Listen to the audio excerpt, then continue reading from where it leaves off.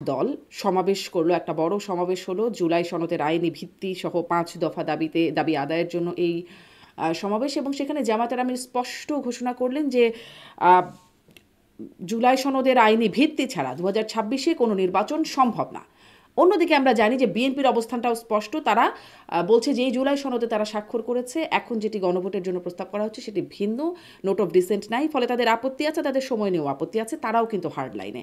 তাহলে আসলে যে পুরনো প্রশ্ন সেটি আবার নতুন করে প্রেক্ষাপটে ঘুরে এসেছে যে 26শে ফেব্রুয়ারিতে নির্বাচনটা কি হবে, কি মনে হয়?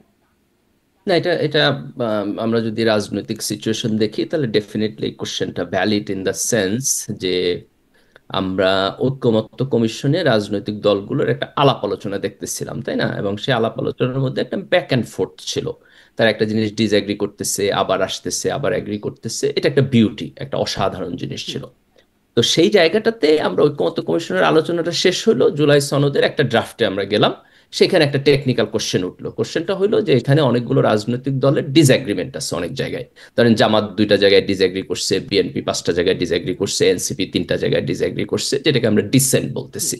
তাহলে সনদের মধ্যে যে ডিসেন্ট গুলো আছে আমরা এগুলো কিভাবে ডিল করব, এটা হচ্ছে একটা ভাইটাল কোশ্চেন, যেখানে এখন আমরা দেখতেছি পলিটিক্যাল পার্টিগুলো ডাইভার্জ করতেছে একজন আরেকজনের জায়গা থেকে।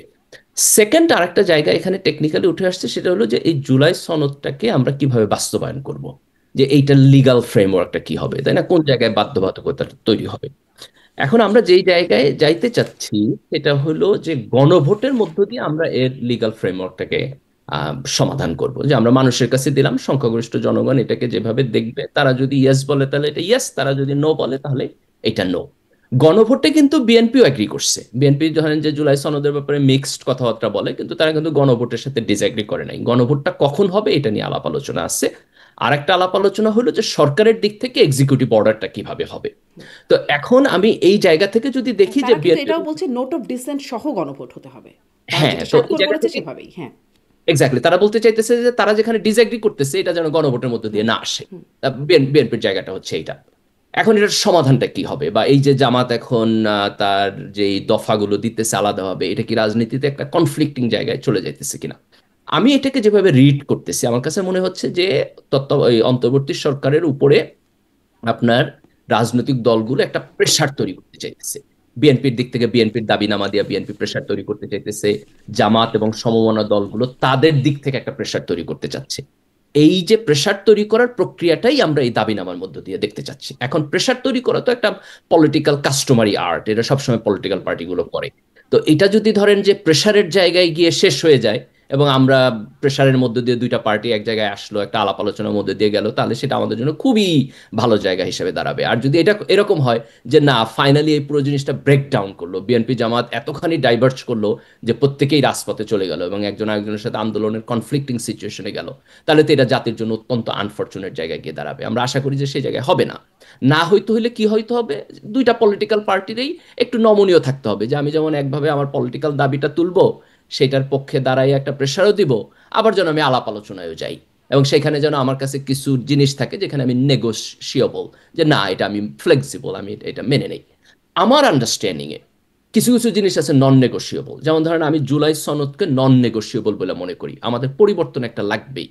যদি আমরা মনে করি যে আমরা 72 কনস্টিটিউশন যেভাবে ছিল, যেভাবে শেখ হাসিনা দেশ চালাইছে সেভাবেই চলবে, শুধুমাত্র হাসিনার পরিবর্তন অন্য কেউ ক্ষমতায় আসবে, আর কোনো পরিবর্তন দরকার নাই, তাইলে এইটা এই গণ অভ্যুত্থানের এবং বিপ্লবের স্পিরিটের সাথে যায় না। এখনকার এখনকার তরুণ প্রজন্মের যে পরিবর্তনের আকাঙ্ক্ষা তার সাথে যায় না। এই কারণে আমি মনে করি যে পরিবর্তনটা নন নেগোশিয়েবল। পরিবর্তনটার জন্য আমাদের গণভোটে যাইতে হবে, কারণ গণভোটে না হইলে তো আপনার এটার কোনো লিগালিটি থাকে না, তাই না? আমরা কিভাবে এটা, ধরেন যে ঐক্যমত কমিশনে কিছু লোক বসে আলাপ আলোচনা করলো, এটা তো গণতান্ত্রিক প্রক্রিয়া না, তারা তো ভোটে আসে নাই। তাহলে আমার তো কোথাও না কোথাও পাবলিক অ্যাপ্রুভাল লাগবে।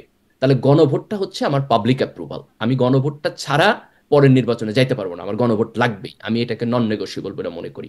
গণভোট কখন হবে, এটা এটা এটা নিয়ে আপনি নেগোসিয়েশন করতে পারেন আগে পরে। আমি বিএনপি আচ্ছা, মনে করতেছে গণভোট নির্বাচনের নন সামনে হইতে পারে। নেগোশিয়েবল আর জুলাই সনদ সেটি নন নেগোশিয়েবল, কিন্তু জুলাই আমার সনদে কি আন্ডারস্ট্যান্ডিং নোট অফ ডিসেন্ট সহ নাকি নোট অফ ডিসেন্ট ছাড়া, মানে কোনটা?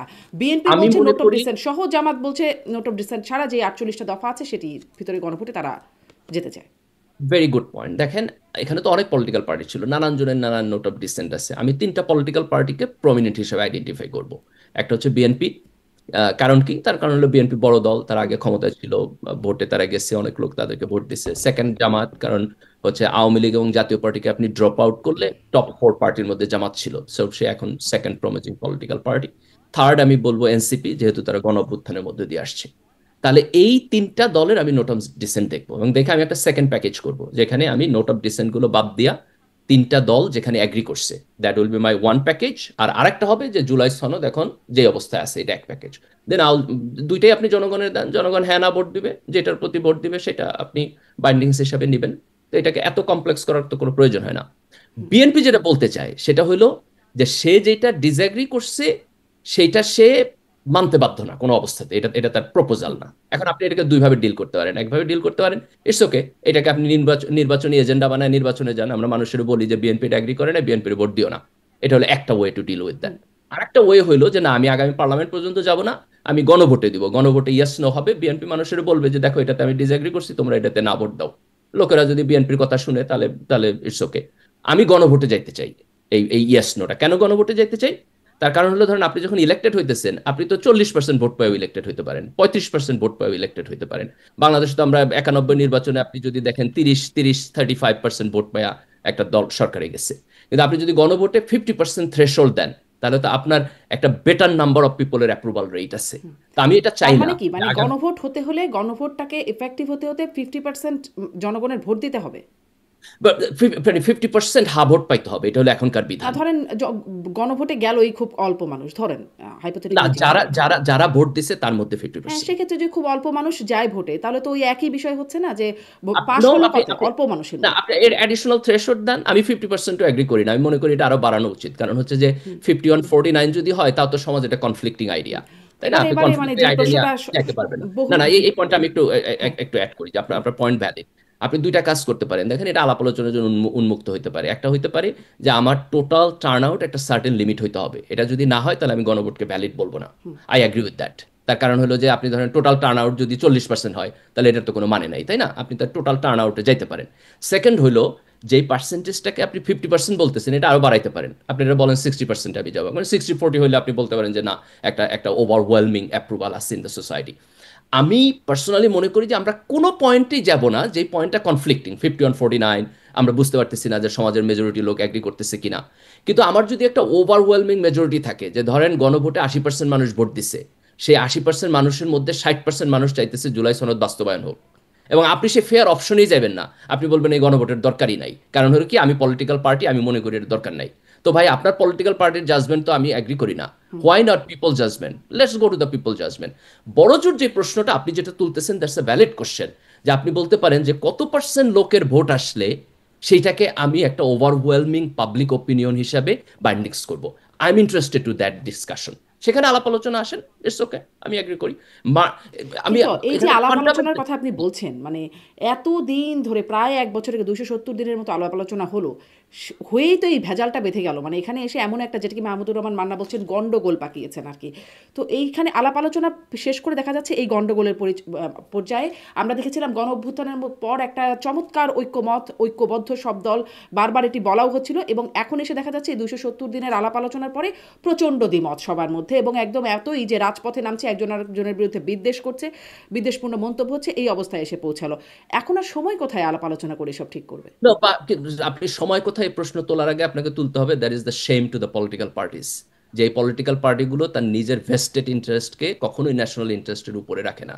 যদি ন্যাশনাল ইন্টারেস্টের উপরে রাখতো, তাহলে তো আজকের এই সিচুয়েশনে আসার কথা না। যেমন আমি একটা খুব ফান্ডামেন্টাল কোশ্চেন তুলি, আপনি কখনো দেখছেন যে বড় দুইটা পলিটিক্যাল পার্টি বিএনপি এবং জামাত, তারা দুইজন আলাদাভাবে বসছে আলোচনার জন্য? তারা তো একসময় জোটে ছিল, একসাথে সরকার গঠন করছে, একসাথে তারা আন্দোলন করছে আওয়ামী লীগের এগেনস্টে, একসাথে তারা হচ্ছে আপনার গভর্নমেন্টের মধ্যে ছিল। তো সেই দুইটা পার্টি এখন একসাথে বসে আলাপ আলোচনা করতেছে না। What does that mean? That means যে তাদের কাছে, এখানে বিএনপির দায় বেশি, কিন্তু আমি জামাতকেও ইনক্লুড করতেছি, যে তাদের কাছে তাদের পার্টির যে ইন্টারেস্ট, সেটা ন্যাশনাল ইন্টারেস্টের উপরে যায় না। তো এই পলিটিক্যাল ইনস্টিটিউশন তো আপনার করাপ্ট পলিটিক্যাল ইনস্টিটিউশন, এই পলিটিক্যাল পার্টিরে তো আমাদের এত মানে ট্রাস্ট করার কিছু নাই। কিন্তু গণতন্ত্রে আমরা পলিটিক্যাল পার্টির বাইরে যাইতে পারবো না। একমাত্র সলিউশন হলো আরেকটা পলিটিক্যাল পার্টি বানায় জনগণের অ্যাপ্রুভাল নিয়ে আসা। কারণ আমি একই সাথে যখন পলিটিক্যাল পার্টিগুলোর সমালোচনা করতেছি, কিন্তু আমাকে আবার গণতান্ত্রিক সিস্টেমের মধ্যেই থাকতে হবে, কারণ অগণতান্ত্রিক প্রক্রিয়ায় অন্যরা আসলে তারা আরো খারাপ হবে এই পলিটিক্যাল পার্টির চাইতেও।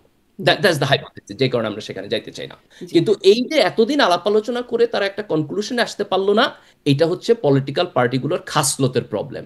এটা এটা আপনার এই অন্তর্বর্তী সরকারের প্রবলেম না। জি।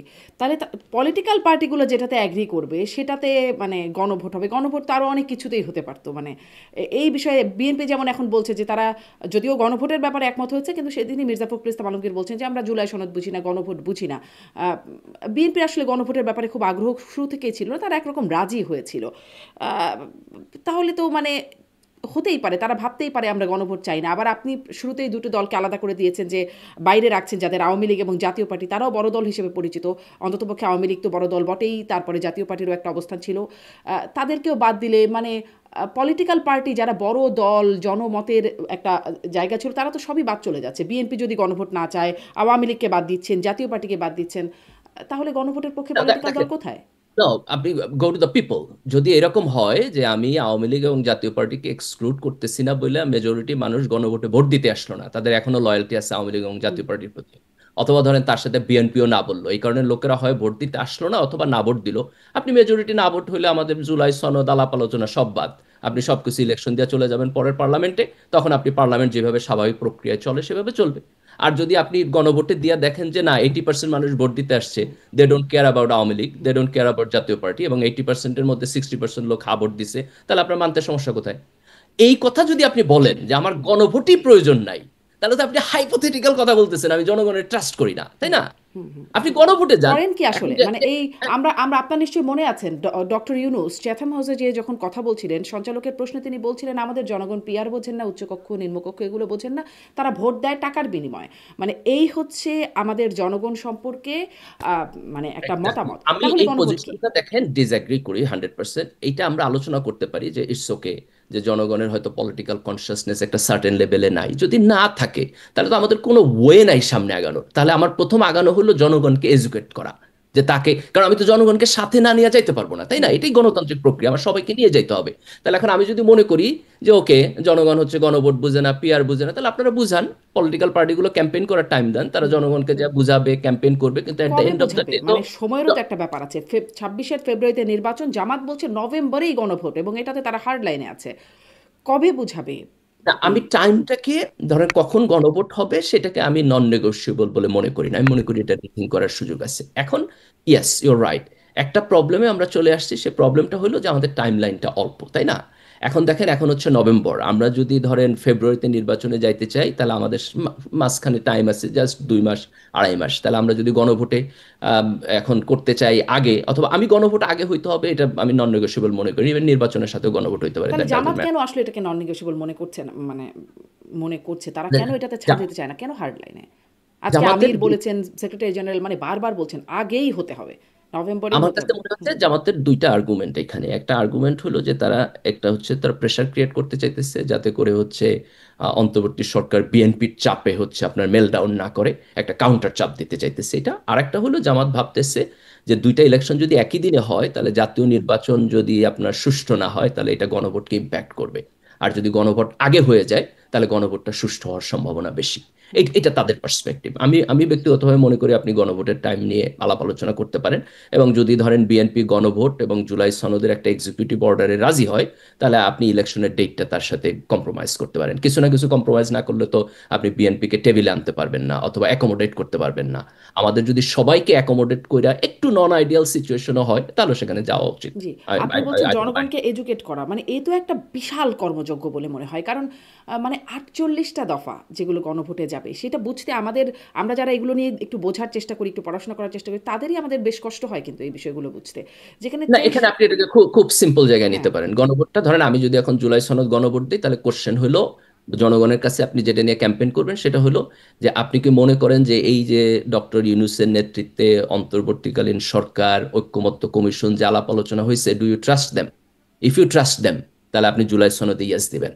আর আপনি যদি মনে করেন যে না, আমি এটা ট্রাস্ট করি না, বরং আমি মনে করি আগামী পার্লামেন্টের বেশি ট্রাস্ট করি, যেই জিতে আসুক সে আগামী পার্লামেন্টে আলাপ আলোচনা করে সমাধান করবে, তাহলে আপনি না ভোট দিবেন। আপনার না ভোটের মানে হলো everything will be going to the next parliament.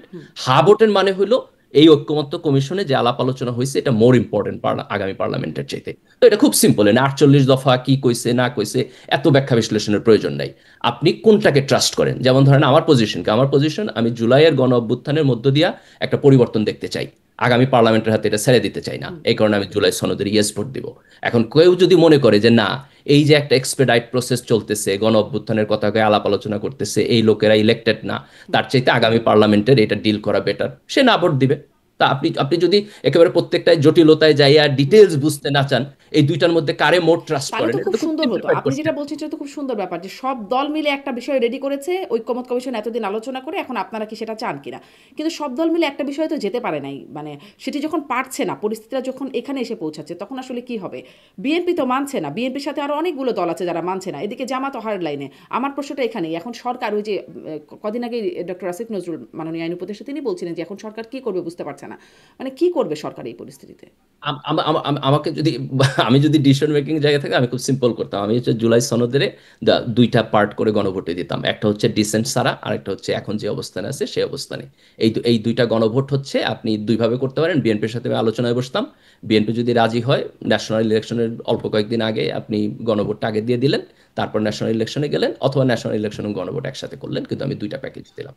জি, কিন্তু আপনি মানে যেহেতু আপনি শিবির করে এসেছেন, আপনার জামাত সমর্থন করেন বা জামাতপন্থী বুদ্ধিজীবী হিসেবেই আপনি পরিচিত, আপনি কি আপনার মানে যেই দলটিকে সমর্থন করে তাদেরকে ইনফ্লুয়েন্স করার দিতে চেষ্টা করেছেন যে কেন একদিনে নির্বাচনে নাই, কেন তারা হার্ড লাইনে আছেন, মানে এটিকে কোথাও কোনো কথাবার্তা বলবার চেষ্টা করেছেন। ইলেকশন কমিশন সূত্রও বলছে 3,000 কোটি টাকা লাগবে, মানে বেশি লাগবে যদি গণভোট আলাদা করার ব্যাপার আসে। মানে কেন এই অবস্থানে অনড় জামাত। না, আমার বোধ হয় যে যদি অন্তর্বর্তী সরকার যদি আপনার একটা এক্সিকিউটিভ ডিসিশনে যায় যেখানে জুলাই সনদের আইনি ভিত্তিটা হবে, এই প্রক্রিয়াটা ভিজিবল হয়ে উঠতেছে, তাইলে পরে আমার মনে হয় যে গণভোটের ডেট নিয়ে যদি জামাতের সাথে একটা আলাপ আলোচনা হয়, সেখানে জামাত খুব বেশি হার্ডলাইনে থাকবে বলে আমার মনে হয় না। এটা আমি তাদের সাথে আলাপ আলোচনার প্রেক্ষিতে বলতেছি না, আমার অবজারভেশনের জায়গা থেকে আমি বলতেছি। আপনার কি মনে হয় যে এই যে কনফ্লিক্ট যেটা আসলে দিনে দিনে বাড়ছে, সেটি নির্বাচনের আগে এটা মিটবে। আমার মনে হয় নির্বাচনের আগে এটা মিটবে। আমার মনে হয় যে বিএনপি এবং জামাত দুইটা পার্টির কেউই এখন চায় না যে ইলেকশনটা পিছায় যাক। ইলেকশনটা একটা সার্টেন টাইমের মধ্যে হইতে হবে, এটা প্রত্যেকেই ফিল করে। এবং আমার কাছে মনে হয় যে এই যে কনফ্লিক্ট যেগুলো তৈরি হইতেছে, এগুলো যখন অন্তর্বর্তী সরকার যদি একটু স্মার্টলি ডিসিশন নেয়, তাহলে এটা খুব ডাইভার্ট হবে বলে আমার কাছে মনে হয় না। অন্তর্বর্তী এবং সরকারের মানে আনস্মার্টনেসটা কোথায়, কোথায় স্মার্টলি ডিসিশন নিল না। দেখেন, অন্তর্বর্তী সরকার জুলাই সনদ বাস্তবায়ন কিভাবে হবে এই আলাপ আলোচনাটা অনেক দেরিতে শুরু করছে। এই আলাপ আলোচনাটা তো তাদের আরো আগে শুরু করা উচিত ছিল। এবং এই তারা যেভাবে জুলাই সনদের ব্যাপারে একটা স্ট্যান্ড নিচ্ছে, এই আলাপ আলোচনার ব্যাপারেও তো স্ট্যান্ডটা আরো আগে নিতে পারতো। যেমন আপনি যদি তাদের টাইম স্প্যান দেখেন যে কতখানি লম্বা সময় তারা হলো জুলাই সনদ নিয়ে আলোচনা করছে, আর একটা হলো তার বাস্তবায়ন প্রক্রিয়া নিয়ে। তার বাস্তবায়ন প্রক্রিয়া নিয়ে আলোচনাটা খুবই ন্যারো হয়েছে, অল্প কয়েকদিনের মধ্যে বলে তার একটা কিছু বলে দিছে। অথচ বাস্তবায়ন প্রক্রিয়াটা নিয়ে খুব স্ট্রেট ফরওয়ার্ড আলোচনা আরো আগে হওয়া উচিত ছিল। এবং যেই কারণে আপনি দেখেন সনদ সিগনেচার অনুষ্ঠানে হচ্ছে আপনার এনসিপি যায় নাই বাস্তবায়ন প্রক্রিয়া নিয়ে, সেখানে বিএনপি এবং জামাত গেছে। আবার যাওয়ার কিছুদিন পরে বিএনপি জামাত একজন আরেকজনের সাথে ডিসএগ্রি করছে। তো আমার কাছে মনে হয় যে বাস্তবায়ন প্রক্রিয়াটা নিয়ে তাদের যে আলাপ আলোচনাটা এটা ম্যাচিউর লেভেলে হয় নাই। জি, আরও একটা প্রশ্ন যে গণভোট হলো, গণভোটের পরে সব কিছু মানে পরের সরকার এটা গণভোটে অনুযায়ী কাজ করবে, এটাই বা নিশ্চয়তা কি, মানে সংবিধান যেটি সুপ্রিম ল অফ ল্যান্ড হিসেবে আমাদের পরিচিত, সেটির বরাবর আমরা ব্যত্যয় দেখেছি, লঙ্ঘন দেখেছি, সেটিকে পাশ কাটিয়ে যারা ক্ষমতায় থাকেন তারা অনেক কিছু করে ফেলেন এবং তারও নানান রকম ব্যাখ্যা বিশ্লেষণ তৈরি হয়ে যায়। তাহলে এটি যে পাশ হবার পরে এটি মানে ভালোভাবে পালিত হবে, তার নিশ্চয়তা কি। দেখুন, এখানে আমরা একটা লিগাল জিনিস আছে। লিগাল জিনিসটা হলো যে গণভোট বাস্তবায়ন আদেশ যেটা সরকার করবে সেইটার মধ্যে কি বলা আছে, কিভাবে বলা আছে, এটা হচ্ছে একটা লিগাল টার্ম। ওইখানে আপনি একটা বাধ্যবাধকতা তৈরি করতে পারেন। সেকেন্ড পয়েন্টটা থাকবে যে কিন্তু এইটা পরে গণভোটের এই লিগাল পার্লামেন্টে গেলে পয়েন্টটা কি, মানে সেটা তো একটা বড় প্রশ্ন যে গণভোট যে হবে, যদি লিগাল ইস্যুতেই আপনি যেতে চান, গণভোটের এই লিগালিটি কি এখন। গণভোটের লিগালিটি এখনকার সরকারের লিগালিটি কি? এখনকার সরকার সংবিধানের 106 অনুচ্ছেদ অনুযায়ী তারা ডক্ট্রিন অফ নেসেসিটির ভিত্তিতে এসেছে। সরকার 106 অনুচ্ছেদের যেটা সুপ্রিম কোর্টের ওপিনিয়ন, সেই সুপ্রিম কোর্টের ওপিনিয়ন কি বাইন্ডিং? বাইন্ডিং হতে হবে না, সুপ্রিম কোর্টের অপিনিয়ন তো কেউ ডিসঅ্যাগ্রি করছে না, চ্যালেঞ্জ করে নাই তো। তার মানে হচ্ছে যে এই যে আপনি চ্যালেঞ্জ না করে মাইনা নিচ্ছেন, তার বৈধতা হলো এই জায়গায়। তার বৈধতা 106 না, তার বৈধতা হলো আমরা সবাই এটাকে মাইনা নিচ্ছি। এটা জুলাইয়ের গণ অভ্যুত্থানের মধ্যে দিয়ে আসছে। তাহলে এখন সরকার যেই আদেশটা দিবে সেটা সবাই মাইনা নিলেই আপনার হচ্ছে এইটার একটা বৈধতা তৈরি হবে। এই বৈধতাকে আপনি প্রশ্ন করবেন কখন? যখন আগামী পার্লামেন্টে যে জিতে আসবে সে আইসা যদি বলে এটা বৈধ না, না ধরেন তখন আমি হচ্ছে আপনি বলছিলাম যে দিয়ে ধরেন না। যদি আপনি লিগ্যালিটির জায়গায় আলোচনা করেন তাহলে মানে এই সরকারের বৈধতার কোনো জায়গা ছিল না। সংবিধানের 106 অনুচ্ছেদ অনুযায়ী বলছেন যে বৈধতা দেওয়া হয়েছে যে এই সরকার প্রয়োজনীয় কাজ করতে পারবে, ডক্ট্রিন অফ নেসেসিটি অনুযায়ী এই অবস্থায় করতে পারবে। কিন্তু গণভোটটা এরকম কিসের অধীনে গণভোটটা চলে আসবে মানে এটা সরকার এক্সিকিউটিভ অর্ডার দিবে, যখন পার্লামেন্ট থাকে না তখন তো গভর্নমেন্ট এক্সিকিউটিভ অর্ডার দিতে পারে, তাই না? যেহেতু আমাদের এখন পার্লামেন্ট নাই, in the absence of parliament আপনি হচ্ছে এক্সিকিউটিভ অর্ডার দিবেন, এক্সিকিউটিভ অর্ডার পরের পার্লামেন্ট এসে রেটিফাই কিন্তু করবে। গণভোট আইন কিন্তু একটা আছে, 1991 সালের একটা গণভোট আইন আছে যেখানে বলা আছে যে গণভোট হবে সংসদে যে বিল পাশ হবে সেটির উপরে গণভোট হওয়া যায় মানে হতে পারে। এইরকম বিষয় কিভাবে গণভোটে না যাবে? দেখেন, আমরা আমরা যে গণভোটে যাইতেছি এটা তো ডিফারেন্ট। যেমন ধরেন যে ইউরোপিয়ান কান্ট্রিতে যখন ব্রেক্সিটের জন্য গণভোট হয়েছে, তাই না, যে সে ইউরোপিয়ান ইউনিয়নে আসবে কি আসবে না এরকম সিচুয়েশন। তা আমাদের কনস্টিটিউশন তো এরকম বড় সিচুয়েশনের ব্যাপারে কিছু বলা নাই। যেমন ধরেন যে আমরা এখন হচ্ছে আপনার কনস্টিটিউশন পরিবর্তনের জন্য গণভোটের কথা বলতেছি। জুলাই সনদের মধ্যে কনস্টিটিউশন ফান্ডামেন্টাল পরিবর্তন আসছে, তো এটা আমাদের কনস্টিটিউশনে নাই। এখন আপনি কনস্টিটিউশন দিয়ে যদি গসপিতা দিয়ে মাপা শুরু করেন তাহলে আপনি কিছুই করতে পারবেন না, কারণ কনস্টিটিউশনে তো হাসিনা পলায় গেলে কি হবে এটা বলা ছিল না, তাই না? কনস্টিটিউশনে যেই পার্লামেন্ট আমরা ভেঙে দিছি সেই পার্লামেন্ট আপনি কোন ভ্যালিডিটি দিয়ে ভাঙছেন সেটা তো কনস্টিটিউশনে নাই। আমরা এখন একটা এক্সট্রা কনস্টিটিউশনাল স্পেসে আছি, এটা আপনাকে প্রথমে মানতে হবে। যে জুলাইয়ের গণ অভ্যুত্থানের মধ্যে দিয়ে আমরা যে জায়গায় আসছি, এখন কনস্টিটিউশনের গসপিতা দিয়ে মাইপা কোনো লাভ নাই। আমাদেরকে যেটা করতে হবে তারপরে সেটা পরের হচ্ছে সংসদকে আপনি এই গসপিতা দিয়ে মাইপা বাধ্য করতে পারবেন? না, সেটা আমি বলছি যে পরের সংসদের একটা স্বাধীনতা থাকবে। দেখেন, পরের সংসদ চাইলে এই সবকিছু উল্টায় দিতে পারে, উল্টায় দিলে একটা কনফ্লিক্ট তৈরি হতে পারে। এখন এইটাকে আপনি কিভাবে মানে এটার কাউন্টার মেজারমেন্ট নেবেন? দেন কাউন্টার মেজারমেন্ট খুব সিম্পল। আপনি যদি এখন একটা এক্সিকিউটিভ অর্ডার দেন, এটা একটা গণভোট হয়, গণভোটে কত পার্সেন্ট মানুষ ভোট দিতেছে, পরের পার্লামেন্ট এই জনমতের প্রতি তার একটা ভয় থাকবে।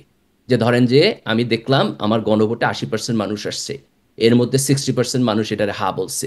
দেন একটা পলিটিক্যাল পার্টি যে 40% ভোট পায় পার্লামেন্টে গেছে, সে যে কোনো ডিসিশন নেওয়ার আগে 3বার চিন্তা করবে যে 60% মানুষের সাপোর্ট আছে এটার প্রতি, এবং আমি যদি এটারে পুরোটারে আপসাইড ডাউন করে দিই তাহলে আমার পরের ইলেকশনে খবর আছে। এটাই তো গণতন্ত্র। তো আমরা যেটা করতে চাই সেটা হলো একটা গণভোটের মধ্য দিয়ে একটা রেফারেন্স তৈরি হবে, যে এই রেফারেন্স পরের পার্লামেন্ট অনার করতে গণতান্ত্রিক সিস্টেমের মধ্যে বাধ্য হবে, কারণ সে ভয় পাবে যে আমি যদি 60% মানুষের অ্যাপ্রুভাল রেটকে ডিসঅ্যাপ্রুভ করি তাহলে আমার পলিটিক্যাল প্রাইস পে করতে হবে। That's the only way you can move forward and that is democratic. আর যদি ধরেন গণভোটে আপনি পাইলেন না তাহলে তো সবকিছু শেষ, কোনো প্রবলেম নাই, আমরা স্ট্রেট ফরওয়ার্ড পরের পার্লামেন্টে তার চলে মানে যাব। আপনি বলছেন গণভোট কত শতাংশ মানুষ গণভোটে আসতে হবে সেটারও একটা মাপকাঠি থাকতে হবে? থাকতে পারে, আলাপ আলোচনা করতে পারেন। কারণ হচ্ছে যে দেখেন, প্রাইমারি আন্ডারস্ট্যান্ডিং, এই প্রাইমারি আন্ডারস্ট্যান্ডিং হলো আমরা কোনো কিছু কারোর উপর চাপাই দিতে চাই না। আমার মন চাইলে বলে আপনার উপর চাপাই দিব, অথবা আপনার মন চাইলে বলে আমার উপর চাপাই দিবেন, সেটা হইতে পারবে না। এখানে একটা অ্যাপ্রুভাল লাগবে। কার অ্যাপ্রুভাল লাগবে? অ্যাপ্রুভাল লাগবে সংখ্যাগরিষ্ঠ জনগণের। তাহলে সংখ্যাগরিষ্ঠ জনগণের অ্যাপ্রুভাল লাগলে কত পার্সেন্ট লাগবে? আমরা মিনিমাম ডিসিশন নেওয়ার জন্য সাধারণত 50%-এ যাই। যেমন আপনি পার্লামেন্টের সরকার গঠন করবে 50% সংখ্যাগরিষ্ঠতা নিয়ে। কিন্তু যখনই আমরা মোর ওয়েটফুল জিনিসে যাই, যেমন সংবিধান সংশোধন, সেখানে আমরা বলি 2/3। কেন 2/3 বলি? কারণ মেয়ার 50%-এর মধ্য দিয়া সংবিধান সংশোধনের মতো একটা বড় কাজ আমরা করতে চাই না। তাহলে জুলাই সনদ তো একটা রেভলিউশনারি পরিবর্তন, আমরা 72 কনস্টিটিউশনের ফান্ডামেন্টালস পরিবর্তন করতে চাইতেছি অনেক জায়গায়, তাই না? সংসদের উচ্চকক্ষ করতে চাইতেছি। তো এতখানি রেভলিউশনারি পরিবর্তন আমি অল্প কিছু মানুষের অ্যাপ্রুভাল নিয়ে করতেই চাই না, যেটা চাপাই সমাজে দিতে চান কনফ্লিক্ট। না। না, আমি এরকম চাপাই করে কি আসলে মানে এটা বুঝলাম গণভোটে আপনার একটা যৌক্তিক বিশ্লেষণ বা পরামর্শ আছে, কিন্তু সরকার বা দলগুলো এটি মানে কিনা এটি একটা বড় প্রশ্ন। মানে তারা কোনো আমি জায়গায় মনে করি যে অন্তর্বর্তী সরকার যদি মানে, দেখেন রাজনৈতিক দলগুলো তাদের ভেস্টেড ইন্টারেস্টে কি বলতেছে দ্যাট ডাজন্ট ম্যাটার, কারণ আমি জনগণের কাছে যাইতেছি। মেজরিটি জনগণ যদি আমাকে অ্যাপ্রুভাল দেয়, আমি আমি অনেস্ট, আমি স্ট্রেট ফরওয়ার্ড, আমার জায়গায় আমি ঠিক আছে। আমি মনে করি অন্তর্বর্তী সরকারের উচিত এই কোনো রাজনৈতিক দলের এইসব কেওয়াসের দিকে না তাকাইয়া তাদের উচিত এটাকে গণভোটে পাঠায় দেওয়া, এবং গণভোটের থ্রেশহোল্ডটা আলাপ আলোচনা জি, করে ঠিক কিন্তু করা। বিশেষজ্ঞরা তো মানে অন্তর্বর্তী সরকার যখন আলোচনায় সুরাহা হলো না, বিশেষজ্ঞর মতামত নিল, তাতে আরো গন্ডগোল বেঁধে গেল। মানে যেটিকে ওই যে বলছিলাম মাহমুদুর রহমান বলছেন গন্ডগোলই পাকিয়েছেন প্রধান না, উপদেষ্টা। আমার মনে হয় যে এটাকে সহজ সরল জায়গা থেকে না দেখে ফর নাথিং কমপ্লেক্স করা হইতেছে, তাই না? আপনি যদি গণভোটে মানে এগ্রি করেন এবং জনগণকে এগ্রি করেন, তার ফলে তার কোনো কোশ্চেন থাকে না। এখন দেখেন, ধরেন তাহলে যে আমাকে বিএনপি বলেন তো এই কমপ্লেক্স করার উদ্দেশ্যটা কি? মানে কিছু তো একটা কারণ আছে, কমপ্লেক্স করার উদ্দেশ্য কি? That's a great question, I don't know. এটা কি ধরেন যে আপনার মানে ইনক্যাপাসিটি, না ইচ্ছা করে কেউ ঝামেলা করতে পারতেছে? I have no idea, I have no clue. হ্যাঁ, মানে যারা কথা বলছেন এই বিষয়গুলো নিয়ে তারা প্রায়ই বলছেন যে যারা এই ঐকমত্য কমিশনে ছিলেন, ডক্টর আলী আলী রিয়াজ, আহ, তারা হচ্ছে ঝামেলা পাকিয়ে দিয়ে দেশের বাইরে চলে গেছেন। আসলে এখন যখন এই বিষয়গুলো নিয়ে আলোচনা চলছে না, কি আমার হবে? বোধ হয় যে এইটা ফেয়ার অ্যাসেসমেন্ট না। কেন ফেয়ার অ্যাসেসমেন্ট না? দেখেন, ডক্টর ইউনূসের সরকারের এখন পর্যন্ত আপনি যদি সফলতা বলেন, একমাত্র এবং বড় সফলতা হলো ঐক্যমত্য কমিশন আলাপ আলোচনা করে জুলাই সনদের একটা কনক্লুসিভ ড্রাফটে আসছে। এইটা একটা কনস্ট্রাকটিভ ডেভেলপমেন্ট। এটা আমি একটা বড় ডেভেলপমেন্ট বলবো। দেখেন, এখন যদি কোনো কিছু নাও হয়, নাগরিক হিসাবে আমাদের সামনে একটা রেফারেন্স পয়েন্ট আসলো যে এটা এই আলোচনা হয়েছে, প্রোসকন সামনে আসছে, এই পরিবর্তনটা করা যায়। তো এইটাকে আমি একটা অসাধারণ ডেভেলপমেন্ট বলবো।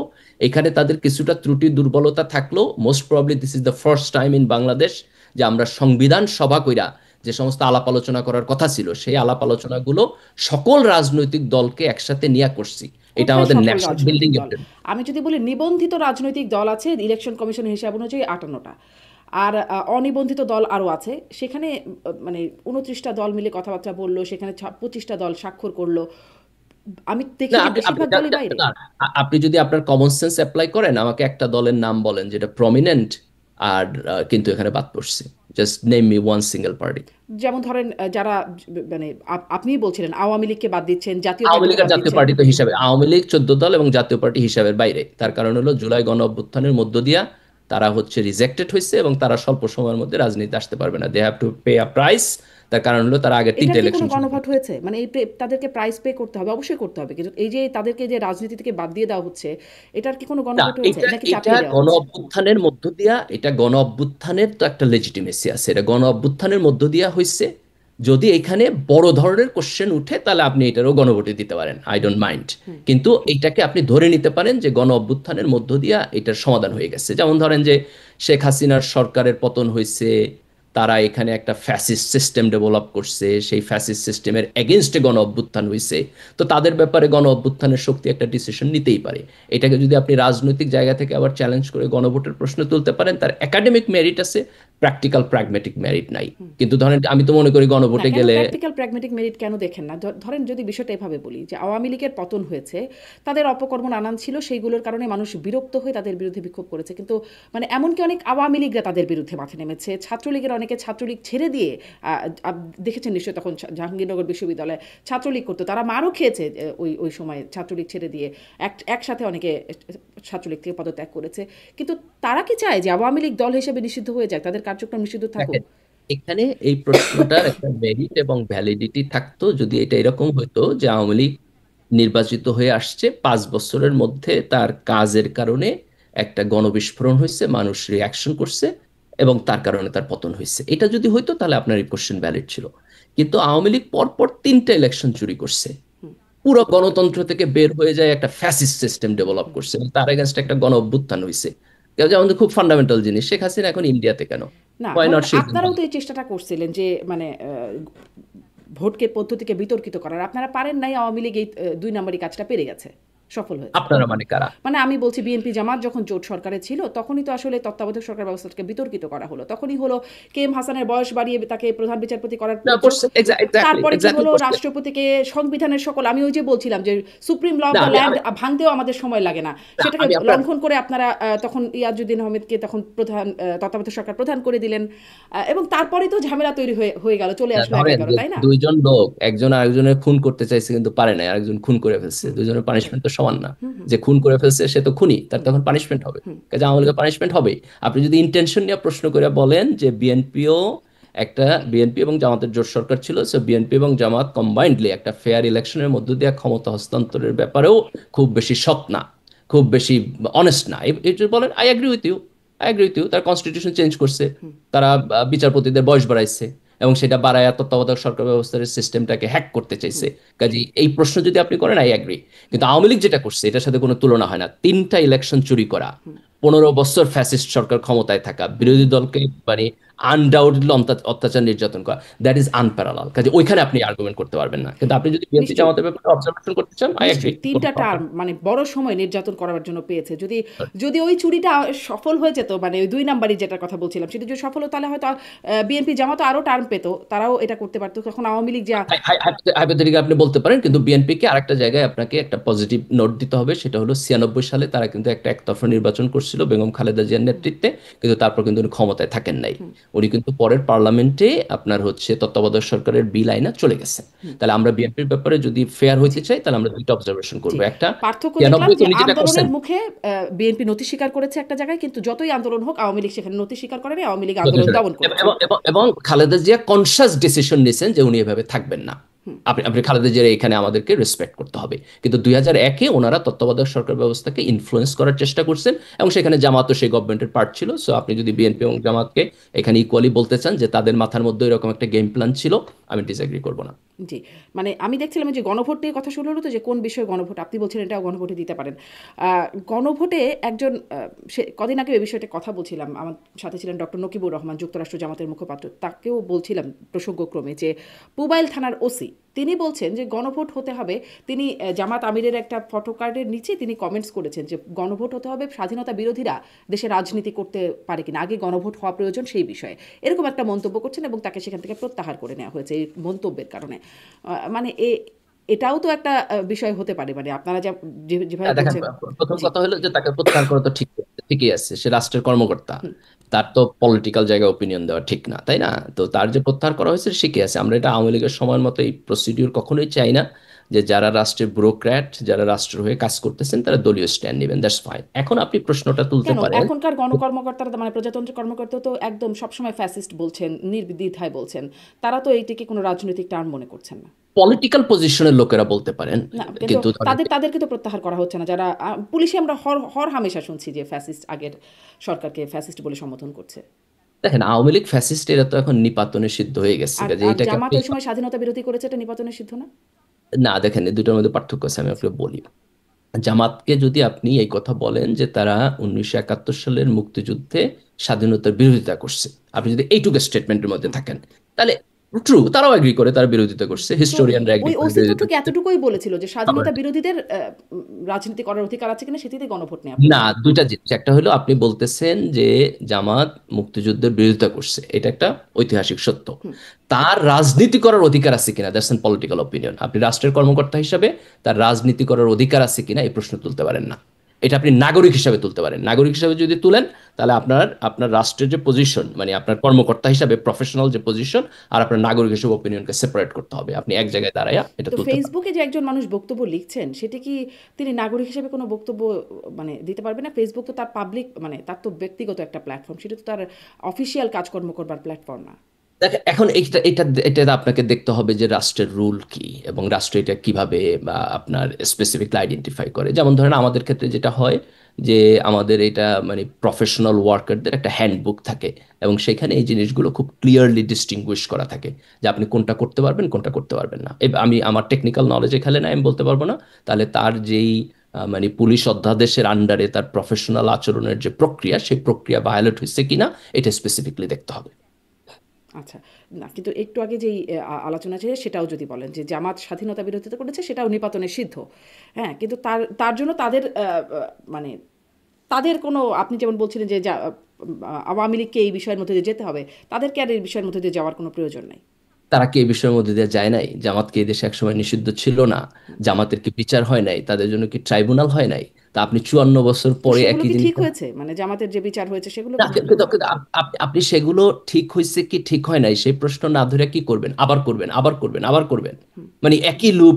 মানে যতক্ষণ পর্যন্ত আপনি স্যাটিসফাই না হবেন ততক্ষণ পর্যন্ত একই লুপ এগেইন অ্যান্ড এগেইন বাস্তবায়ন করবেন। এটা কোনো প্রক্রিয়া হয়? যেমন ধরেন যে জামাতের যে ট্রাইব্যুনালে বিচার হয়েছে, এই বিচার তো ন্যায় বিচার হয় নাই। তাহলে আপনার জন্য কোনটা ফার্স্ট প্রায়োরিটি? আগে জামাতের যে ন্যায় বিচার হয় নাই সেটা ডিল করা, নাকি আবার জামাতের বিচারের প্রশ্ন তোলা? হুম, না মানে আপনি আপনি কোন জায়গা থেকে তুলবেন? মানে ধরেন যে আপনি দেখেন 71 একটা vital issue, I agree with that. কিন্তু 71-কে জামাতের এগেনস্টে পলিটিক্যাল টুল হিসাবে যে ব্যবহার করা, এটা তো আওয়ামী লীগ করে ফেল করছে। So we should stop that. আমাদেরকে এটা ব্যবহার করার জায়গাটা বন্ধ করা উচিত।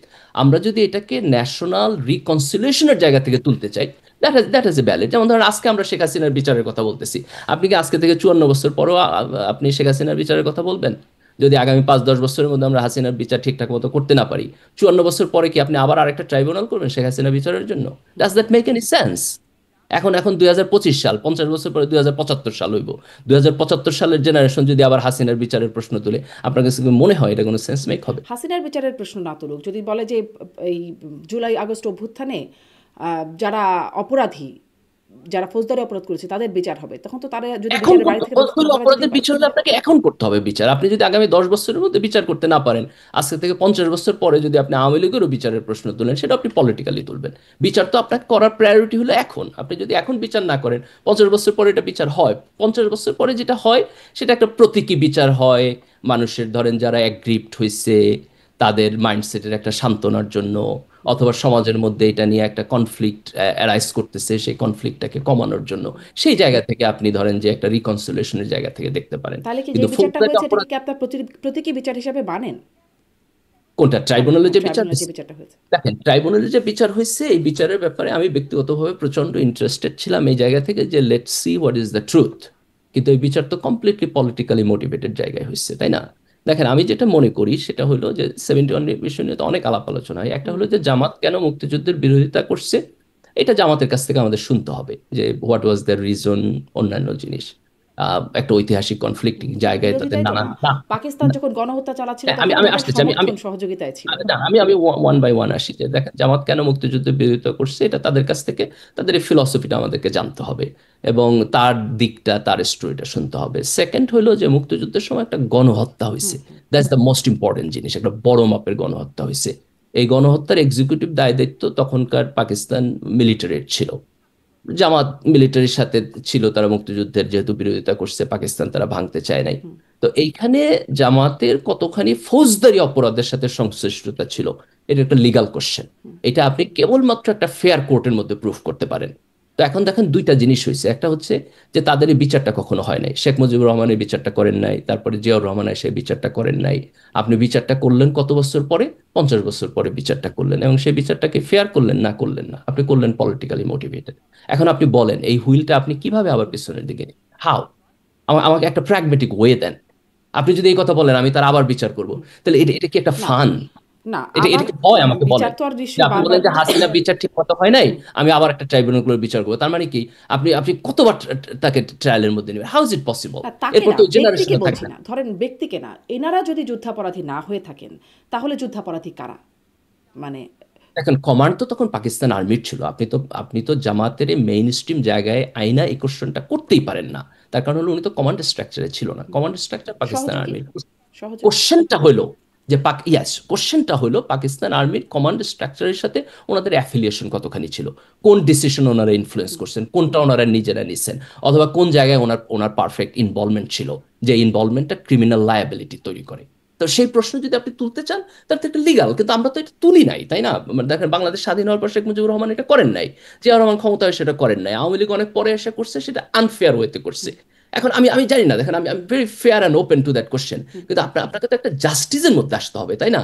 এবং সেই জাস্টিসে এখন যে কোনো কোশ্চেন তোলার আগে তো আপনাকে তুলতে হবে যে আওয়ামী লীগ এই ট্রাইব্যুনালে যদি অন্যায় করে তাহলে আমি সেই অন্যায়ের কম্পেনসেশন কিভাবে দিব, সেই প্রশ্ন তো আপনার তুলতে হবে, তাই না? আপনি তো কোনো ইনজাস্টিসের পক্ষে আচ্ছা, দাঁড়াইতে পারেন না। এটা তো না, দেখেন, আপনি 50 দুইটা বছর। ইনজাস্টিস, হ্যাঁ, দেখেন দুইটা ইনজাস্টিস আমাদেরকে একই সাথে আইডেন্টিফাই করতে হবে। 71 সালে আমাদের এখানে একটা গণহত্যা হয়েছে, আপনি কোনোভাবে গণহত্যার পক্ষে দাঁড়াইতে পারেন না। এই গণহত্যার সাথে যদি কোনো অ্যাফিলিয়েশন থাকে তার তার বিচারের জায়গায় আসতে হবে। যেই মানুষগুলো মানে অ্যাটলিস্ট মোরালি, যেই মানুষগুলো এই সময় আপনার হচ্ছে অন্যায় অত্যাচারের মধ্যে পড়ছে, যাদের বাপ মা ভাই বোন মারা গেছে, যারা এখান থেকে ধরেন যে আপনার ইন্ডিয়া যাইতে হয়েছে শরণার্থী হয়ে, তাদের একটা নাইট মেয়ার গেছে তাদের জীবনে, তাদের এই অভিজ্ঞতা এবং চিন্তার প্রতি আপনি ইনসেনসিটিভ থাকতে পারেন না। এটা হচ্ছে একটা দিকের জাস্টিস। আবার আরেকটা দিক হলো, আপনি 71-কে সামনে রেখা জামাতকে কন্টিনিউয়াসলি জেনারেশন আফটার জেনারেশন আপনি ভিকটিম করে যাবেন, তার ন্যায় বিচারের প্রশ্ন দেখবেন না, তারে দেখলে আপনি ধৈর্য ঝুলাই দিতে চাইবেন। তো আপনার আর পাকিস্তান আর্মির মধ্যে পার্থক্য কোথায়?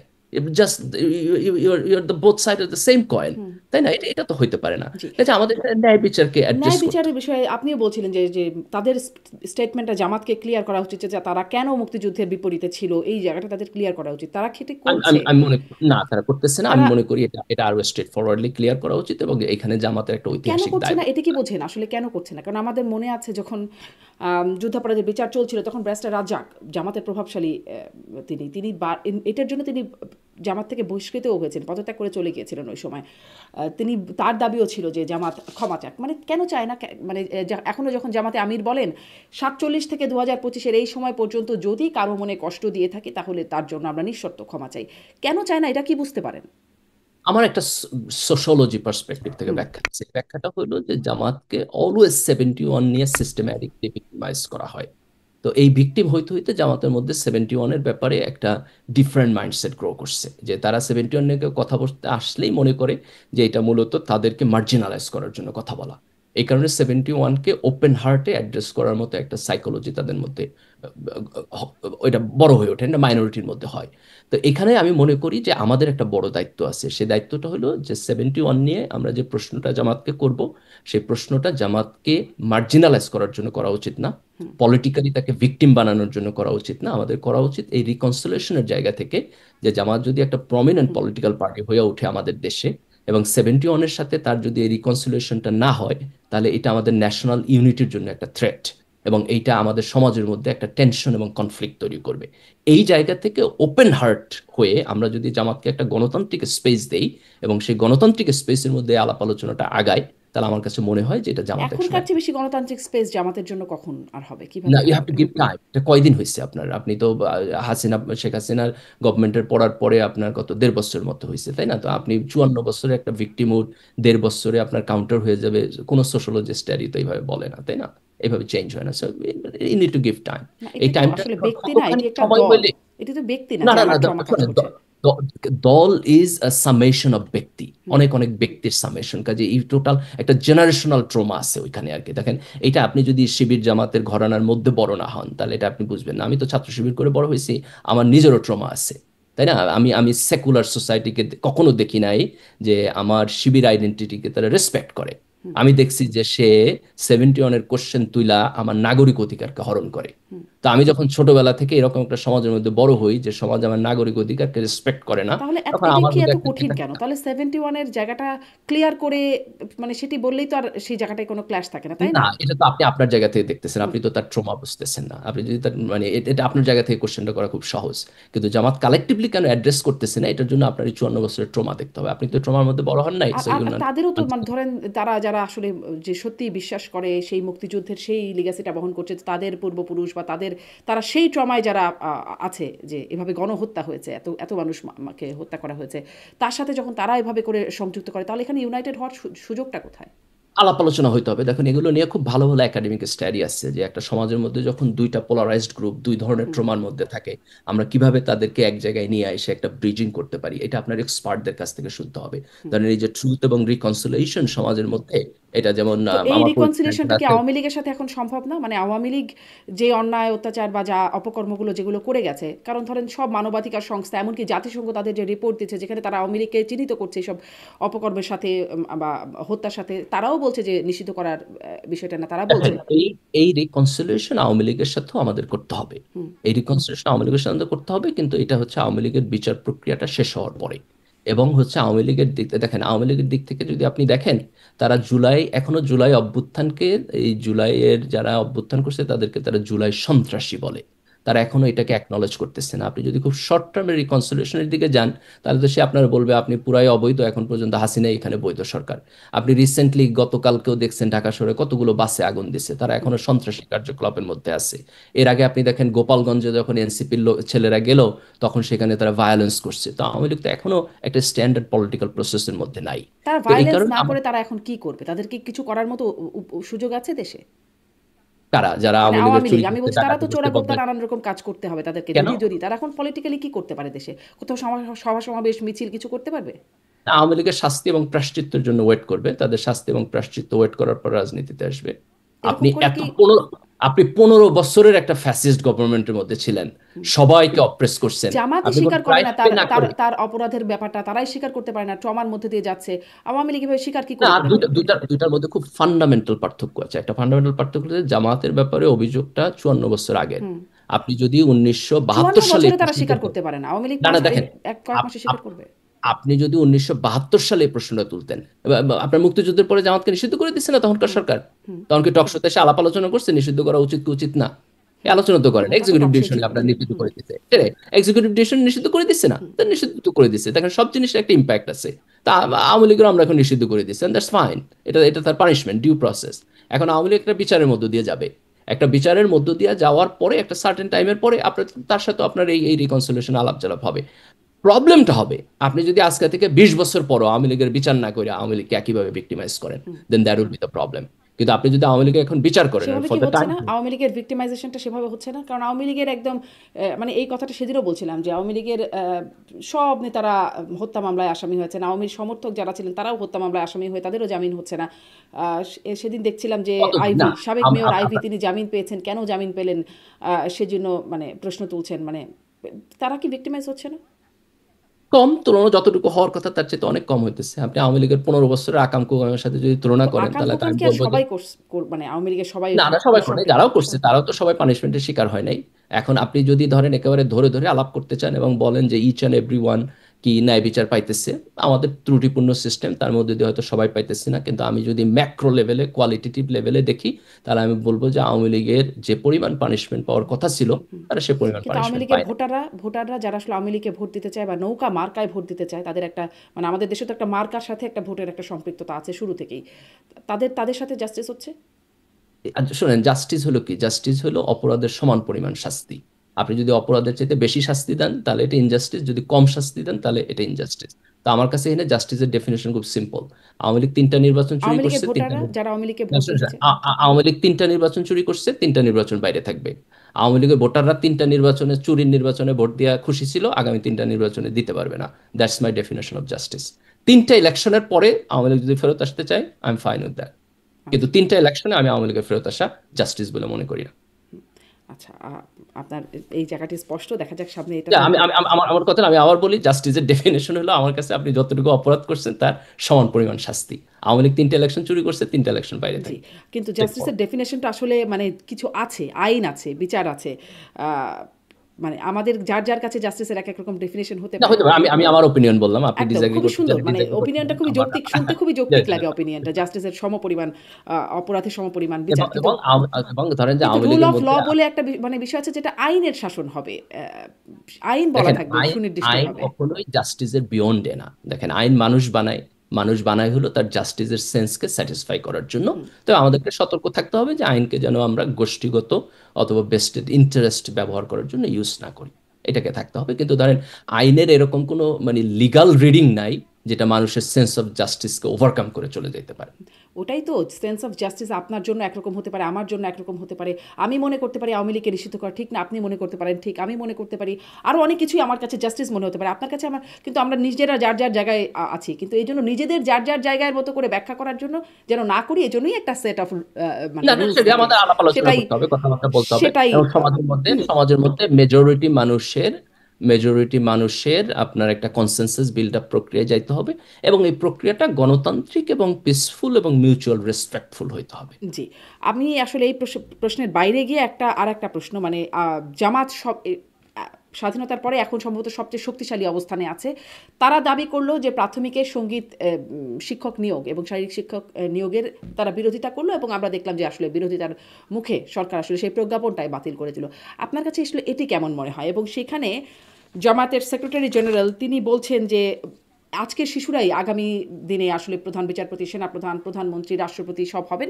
অতএব এই বেসিক পিলারটা খুবই জরুরি, তাদেরকে দিতে হবে। সেখানে আপনারা মানে আমি যদি এই জায়গাটুকু তাকে কোট করি, সেকুলারিজম, ইনক্লুসিভ, প্লুরালিজম, ট্রান্সজেন্ডার বলবেন, এই সমস্ত শব্দের মার পাচ্ছে আপনি যৌনতা শেখাবেন, আপনার কোনো অধিকার নাই।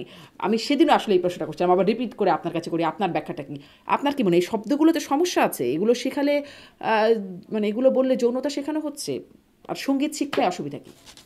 দেখেন, এখানে এই জিনিসগুলোকে আপনাকে আরো এলাবোরেট আলাপ আলোচনা না করলে এটা কমেন্ট করা অত্যন্ত কঠিন আর কি। তার কারণ হলো যে আপনি কিভাবে শিখাইতেছেন, কি শিখাইতেছেন, কোন মুডে কোন পদ্ধতিতে শিখাইতেছেন তার উপর ডিপেন্ড করে। যেমন আপনি ধরেন যে এই এই জাতীয় যে এডুকেশনগুলো, এগুলো আপনি দেখবেন যে অনেক ইসলামিস্ট দলগুলো এটাকে ডিসএগ্রি করে। আবার আপনি ইভেন মাদ্রাসার এডুকেশন সিস্টেমে যান, সেখানেও দেখবেন যে আপনি এগুলো আছে, কারণ ইসলামের ফিকের মধ্যে এগুলো আছে, তার ফলে তারা কিন্তু এগুলো পড়ায়। তার মানে ওনারা যে এটার বিরোধী, বিষয়টা এরকম না। এটা হচ্ছে আপনি কোন জায়গা থেকে কিভাবে দিতেছেন তার উপর ডিপেন্ড করে। তো আমার পজিশন এখানে খুব সিম্পল। আমার পজিশন হলো যে আমরা একটা গণতান্ত্রিক প্রক্রিয়া যাইতে চাই, যেখানে আপনি এটা প্রত্যেক স্টেক হোল্ডারের সাথে আলাপ আলোচনা করবেন, আপনি চাপাই দিবেন না। যেমন ধরেন যে আপনি বাচ্চাদেরকে স্কুলে কি শিখাবেন, এখানে সবচেয়ে বড় স্টেক হোল্ডার হলো তার অভিভাবকরা, তাই না? যদি প্রাইমারি স্কুলে যান, কারণ সেখানে তো একটা বাচ্চা এখন অ্যাডাল্টহুডে আসে নাই, তাহলে আপনার তার অভিভাবকের কনসেন্ট লাগবে। এবং অভিভাবকের প্রেফারেন্স লাগবে। তো অভিভাবকের প্রেফারেন্স এবং কনসেন্ট বাদে আপনি সেখানে এমন কোনো কিছু তাদের উপর চাপায় দিবেন না। তো আমি কোনো স্ট্রেট ফরওয়ার্ড পজিশন নিব না। তার কারণ হলো, যেমন ধরেন ওয়েস্টার্ন ওয়ার্ল্ডে আমরা যেই যে জিনিসগুলোকে খুব ইজিলি অ্যাকোমোডেট করি, তার সবকিছু আমাদের ইসলামের চিন্তা এবং বিশ্বাসের সাথে যায় না। আবার একটা ইসলামী ট্র্যাডিশনাল সমাজে যত জিনিসের ব্যাপারে আমরা নেগেটিভ থাকি, তার সবকিছু স্বয়ং ইসলামেও আপনার হারাম না বা নেগেটিভ না। কাজে এই জিনিসটাকে আমাদের একটা এক্সপার্ট এবং গণতান্ত্রিক লেভেলে আলাপ আলোচনার মধ্যে আনতে হবে। কিন্তু কোথায় তা হলো? জামাত চাপ দিল, বলল যে এরকম যদি হয় তাহলে কঠোর আন্দোলন গড়ে উঠবে, এবং তারপর সরকার সেটা থেকে সরে আসলো, এই প্রজ্ঞাপন থেকে। দেখেন, এখন এই সরকারের তো একটা ডিফারেন্ট প্রায়োরিটি আছে, তাদের তো এখানে একটা গণতান্ত্রিক আলাপ আলোচনার জায়গা নাই। তো আমার তাহলে মনে হয় জামাত যে কেন চাপ দিচ্ছে এই প্রসঙ্গে, আপনার কি না, মনে হয়? যেহেতু আলাপ আলোচনার জন্য যথেষ্ট জায়গা নাই, কাজে এখন তো আপনি আলাপ আলোচনা না করে এটা এক্সিকিউটিভ ডিসিশনে বাস্তবায়ন করার চাইতে এটা পোস্টপোন করে রাখা ভালো। সঙ্গীত শিক্ষক তারপর নিয়োগ আপনি দিলে সেটা ইসলাম বিরোধী হয়ে যাচ্ছে। না, আমি আপনাকে তো এই কনক্লুশনে যাচ্ছি না। তার কারণ হলো, এখানে আপনি কিভাবে ইমপ্লিমেন্টেশন করবেন, কি গান শেখাবে, কিভাবে শেখাবে, এই টোটাল প্রসেসটাকে যদি আপনি লে আউট না করেন, তাহলে আপনি কোনো কনক্লুশনে যাইতে পারবেন না, যেটা ইসলামের সাথে যায় না কনফ্লিক্ট করে। এটা আপনি কোনো জায়গায় যাইতে পারবেন না। তাই আমি মনে করি যে এটা শর্ট টার্মে এটাকে আপনি সলিউশন করতে পারবেন না। ইউ নিড টু ডিসকাস মোর। যত স্টেক হোল্ডার আছে তাদের সবার সাথে আলাপ আলোচনা করতে হবে। এই মানে এটার জন্য তো আসলে একটা, যারা শিক্ষা নিয়ে কাজ করেন তারা কাজ করবেন, এটা আসলে পলিটিক্যাল পার্টিরা কি স্টেক হোল্ডার কি মানে কি দেখেন, আলোচনা করবে? পলিটিক্যাল পার্টিরা তো একটা পলিসি লেভেলের কথা, তো পলিটিক্যাল পার্টিরা তো এক্সিকিউটিভ, হুম। তার দায়িত্বটা হচ্ছে আপনার পলিসি লেভেলের। কাজেই তারা তো যেহেতু দেশ পরিচালনা করে, রাষ্ট্র পরিচালনা করে, সেখানে তার সে থাকবে। কিন্তু এখানে যত স্টেক হোল্ডার আছে, বিশেষ করে আপনি অভিভাবকদের প্রেফারেন্স আপনার এখানে নিতে হবে, যারা শিক্ষাবিদ আছে তাদের প্রেফারেন্স নিতে হবে, রাজনৈতিক দলের সাথে আলাপ আলোচনা করতে হবে।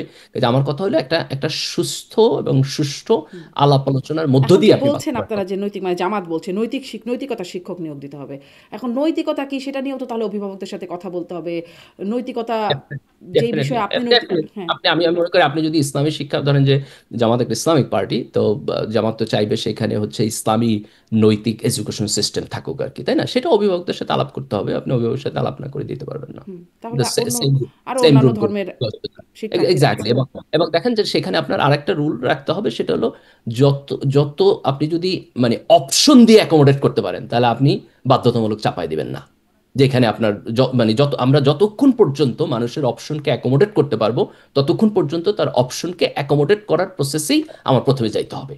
তারপর আপনি বাধ্যবাধকতা যাবেন। বাধ্যবাধকতা না দিতে পারলে আপনি বাধ্যবাধকতা দিবেন না। আপনি দ্যাট বলছেন শুড। মাদ্রাসায় ওগুলো শেখানো হয়, মানে কি এই বিষয়গুলো সম্পর্কে একটু স্পষ্ট মানে যেই শব্দগুলোর কথা উনি বিশেষ করে মানে একদম উল্লেখ করছেন, কোট করলাম একটু আগে, সেকুলারিজম, ইনক্লুসিভ, প্লুরালিজম, ট্রান্সজেন্ডার, এগুলো মাদ্রাসাতেও এগুলো না, বিষয় না, পড়ানো না, আমি হয়? এই শব্দগুলোর ব্যাপারে বলতেছি না। আমি বলতেছি যে আপনি নারী পুরুষের ইন্টারাকশনের সাথে রিলেটেড যে জিনিসগুলো আমরা সাধারণত বলি, যে আপনার বয়ঃসন্ধিকালে আসলে পরে বা অন্যান্য হুম। সময় আমাদের এডুকেশন সিস্টেমে আসা দরকার, হুম। হুম। যেটা ধরেন যে ওয়েস্টে একটু ডিফারেন্ট ওয়েতে আছে। আমি বলতে চাইতেছি যে এটার একটা ইসলামিক ভার্সন ইসলামিক দুনিয়াতেও আছে। তো আপনি সেটাকে ধরেন যে কিভাবে আরো বেটার ওয়েতে আনা যায়, সেটা আলাপ আলোচনার মধ্য দিয়ে গেলে আমরা এটাকে আচ্ছা, ওইখানে আপনি এখানে বারবার আলাপ আলোচনার উপরে কিন্তু জোর দিচ্ছেন। কিন্তু দেখেন, এখানে আপনাকে আমি আলাপ আলোচনার উপর জোর দিতেছি। আমি দুইটা প্রিন্সিপাল এখানে বলবো। একটা প্রিন্সিপাল হলো যে মুসলিম মেজরিটি কান্ট্রি একটা ডিফারেন্ট মোরাল ভ্যালুজ আছে। এটা আপনি অন্যদের সাথে মিলবে না, ওয়েস্টের সাথে মিলবে না। ভিন্ন ভিন্ন সমাজের ভিন্ন ভিন্ন পার্সপেক্টিভ থাকে। তো আপনি যখন আমাদের দেশে পলিটিক্যাল সিস্টেম ডেভেলপ করবেন, তখন আমাদের মোরাল ভ্যালুজের উপরই হবে। কাজে এটাকে আপনি আরেক জায়গা থেকে ইম্পোর্ট করার কোনো প্রয়োজন নাই। That's point number one. Point number two হলো যে গণতান্ত্রিক প্রক্রিয়ার একটা ফান্ডামেন্টাল কি, ফান্ডামেন্টাল হলো যে আমি আমার থট, আমি আমার মন চাইছে বলে আমি আপনার উপর চাপাই দিব না। আমি এটা আলাপ আলোচনা করে সংখ্যাগরিষ্ঠ মানুষের কনসেন্ট নিয়ে তাদেরকে অ্যাকোমোডেট করে তারপর আমি এখানে করব। সো এই প্রসেসটা আমাদেরকে ফলো করতে হবে। তো আমরা যদি এই দুইটা জায়গায় তা এগ্রি করি। আপনারা মানে জামাতকে চাপাই দিল না, মানে সঙ্গীত শিক্ষার একটা সেক্টর তৈরি হচ্ছিল, শিক্ষক নিয়োগ দেওয়ার প্রক্রিয়া ছিল, না, জামাত চাপায় দেয় না এসে বলে জামাত এটা একটা। হবে না এবং হলো না। না, দেখেন, জামাত তো হবে বইলা চাপায় দেয় নাই। তারা বলছে যে এটা এখন বন্ধ রাখেন, আলাপ ইসলাম আলোচনা করে বিরোধী, পরে দেখেন। ইসলাম বিরোধী ইসলাম বলছে। বিরোধী। হুম। তারা ইসলাম বিরোধী বলে মনে করছে। এখন তার মনে করাটা ইসলাম বিরোধী কিনা এটা তো আলাপ আলোচনা না। যেমন ধরেন, আপনি যদি আমাকে বলেন যে এটা ইসলাম বিরোধী কিনা, আমি আপনি উত্তর দিতে পারবো না। কেন উত্তর দিতে পারবো না? আমি এটা ডিটেল জানি না। হুম। আপনি এখানে কিভাবে নিয়োগ দিবেন, কি গান শেখাবে, কিভাবে শেখাবে, কয়টা ক্লাস হবে, ক্লাস ঠিক আছে কিনা, অভিভাবকদের সেখানে আপনার সাবস্ক্রাইব করার অপশন থাকবে কিনা, এই ডিটেলসগুলো আমি না জানলে তো আমি বলতে পারবো না। তো আমি ব্লাইন্ডলি এটা হও বলবো না, নাও বলবো না। আমি বলবো আগে আমার সাথে আলাপ করেন। আচ্ছা। আচ্ছা। আর এই এই বিষয়গুলো কি শেখানো উচিত? সেকুলারিজম, ইনক্লুসিভনেস, প্লুরালিজম, ট্রান্সজেন্ডার, এই বিষয়গুলো সম্পর্কে ধারণা দিলে কি শুধু সমস্যা আছে? এটাও আপনাকে ব্যাখ্যা করতে হবে, আপনি সেকুলারিজম বলতে কি বুঝেন। আপনাকে ব্যাখ্যা করতে হবে যে ধরেন যে আপনি ট্রান্সজেন্ডার কোন ক্লাসে কি লেগা শিখাইবেন, আপনার আপনার এখানে টার্গেটটা কি।